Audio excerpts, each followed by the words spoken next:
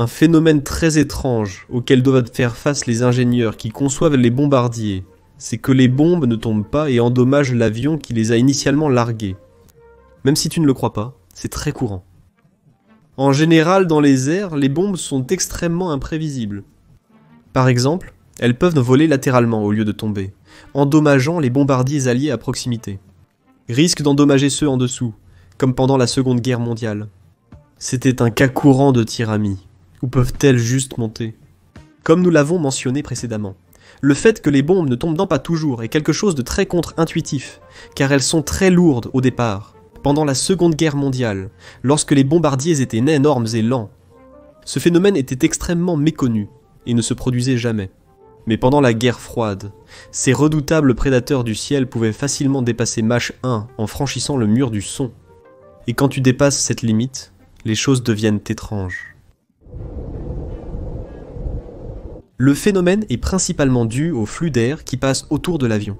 Sous les avions, l'air circule généralement plus lentement, ce qui crée une zone de pression plus élevée qui fait que tout ce que l'avion lâche peut simplement remonter. C'est très dangereux, mais moins que ce que tu crois. La bombe n'explosera pas dans les airs en frôlant l'avion, mais elle peut quand même causer des dégâts, qui à leur tour peuvent le détruire en vol. Aujourd'hui, nous allons explorer ce phénomène curieux, qui reste encore aujourd'hui un vrai casse-tête pour les ingénieurs militaires. Installe-toi confortablement et bienvenue au Guns Club.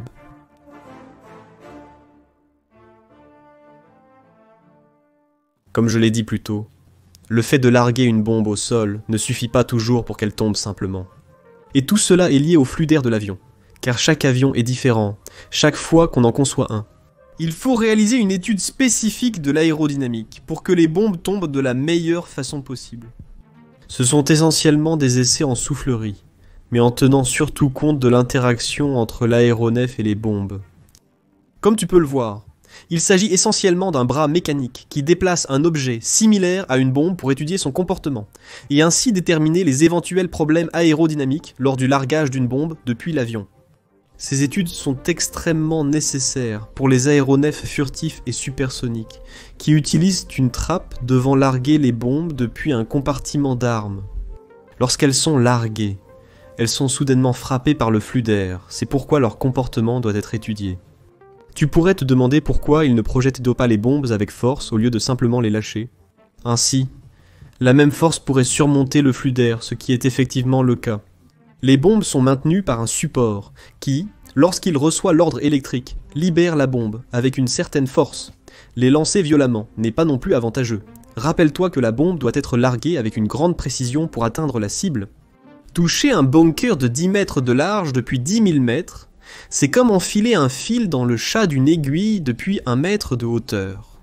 C'est pourquoi l'impulsion est juste suffisante pour pousser la bombe hors du flux d'air de l'avion. De plus, lancer quoi que ce soit avec force pourrait faire tourner la bombe à des angles imprévus. L'air n'est pas toujours aussi prévisible, surtout à des vitesses supersoniques. Avant la Seconde Guerre mondiale, les bombes étaient simplement larguées, mais leur précision n'était que de 2%, à 6000 mètres. C'est une altitude moyenne pour un bombardier à cette époque, car là où les défenses étaient plus solides, ils pouvaient voler beaucoup plus haut. Les bombardiers larguaient des dizaines et des centaines de ces bombes en groupe pour pouvoir détruire un seul objectif. Cela causait beaucoup de dégâts collatéraux. Les dégâts collatéraux étaient courants, car les usines se trouvaient souvent dans des zones densément peuplées. Bien que surprenant, cela s'avérait très bénéfique pour l'effort de guerre en créant un problème de réfugiés que l'ennemi devait gérer. Bien que cela puisse paraître inhumain, c'est le fonctionnement de la guerre. Au Vietnam, la précision des bombardiers s'est restée limitée, nécessitant la dévastation de vastes zones de jungle pour cibler de petits groupes de soldats. Le guidage des bombes restait analogique, du moins au début du conflit. Les Américains, par exemple, ont passé des années à essayer de détruire le pont de Tan Hoa, qui était une voie logistique principale pour le Nord-Vietnam. S'il tombait, il n'aurait plus aucun moyen d'approvisionner le Sud avec une logistique vitale. L'armée de l'air a lancé plusieurs attaques, avec jusqu'à 80 avions, et aucun n'a pu infliger de dégâts considérables au pont. Beaucoup d'avions ne revenaient même pas de ces missions. En 72, on a commencé à utiliser des bombes électro-optiques guidées par laser qui pouvaient être larguées de plus loin et avec une plus grande précision. Et finalement, cette année-là, le pont a pu être détruit, après des années de bombardements intensifs et des dizaines d'avions perdus. Les bombes guidées aujourd'hui sont la majorité et... elles fonctionnent avec un capteur à la pointe des bombes. Elles sont guidées par un laser tiré depuis l'avion ou depuis le sol. Et le capteur surveille constamment ses propres coordonnées et envoie des signaux à la queue pour corriger sa trajectoire. Il existe aussi des munitions rôdeuses, qui peuvent planer vers leur objectif de la même manière, avec une grande portée, et pouvant éviter les défenses antiaériennes dans de nombreux cas. Lors de l'opération Tempête du désert, les bombes guidées ont été responsables de la destruction de 40% des cibles, alors qu'elles ne représentaient que 10% des bombes larguées. Leur efficacité et précision sont indéniables.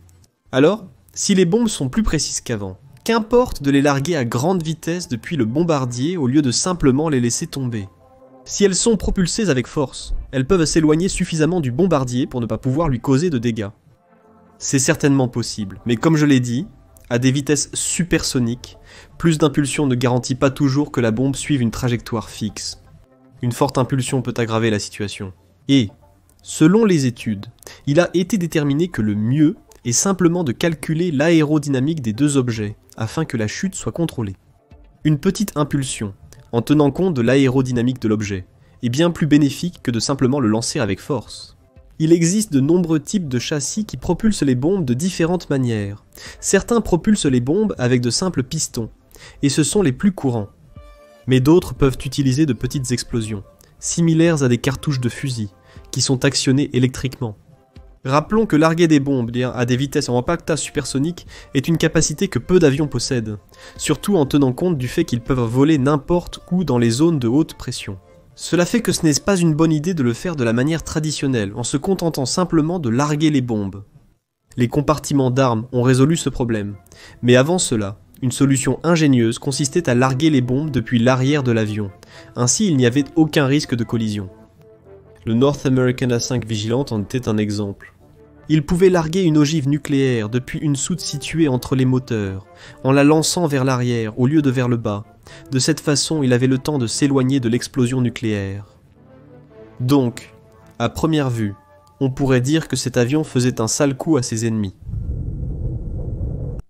Larguer des bombes vers l'arrière est une technologie qui est devenue obsolète avec l'apparition des compartiments d'armement. Cependant, ils sont encore utilisés aujourd'hui dans des systèmes d'armes guidées de précision lancés depuis des avions de transport, comme les C-130 Hercules. Malgré cela, le roi incontesté pour larguer des bombes à des vitesses supersoniques reste le compartiment d'armement. Il permet la furtivité et en plus la sécurité. Maintenant tu le sais. La prochaine fois que tu largueras une bombe de 500 kg depuis ton avion et qu'elle tombera exceptionnellement sans revenir, tu peux remercier les ingénieurs qui ont conçu ton avion. Car cela, ça a été un travail exténuant d'ingénierie aérospatiale. Si cette vidéo t'a plu, tu voudrais peut-être savoir pourquoi les États-Unis ont soudainement commencé à peindre leurs avions en argenté brillant pendant la Seconde Guerre mondiale. Merci d'avoir regardé, au revoir.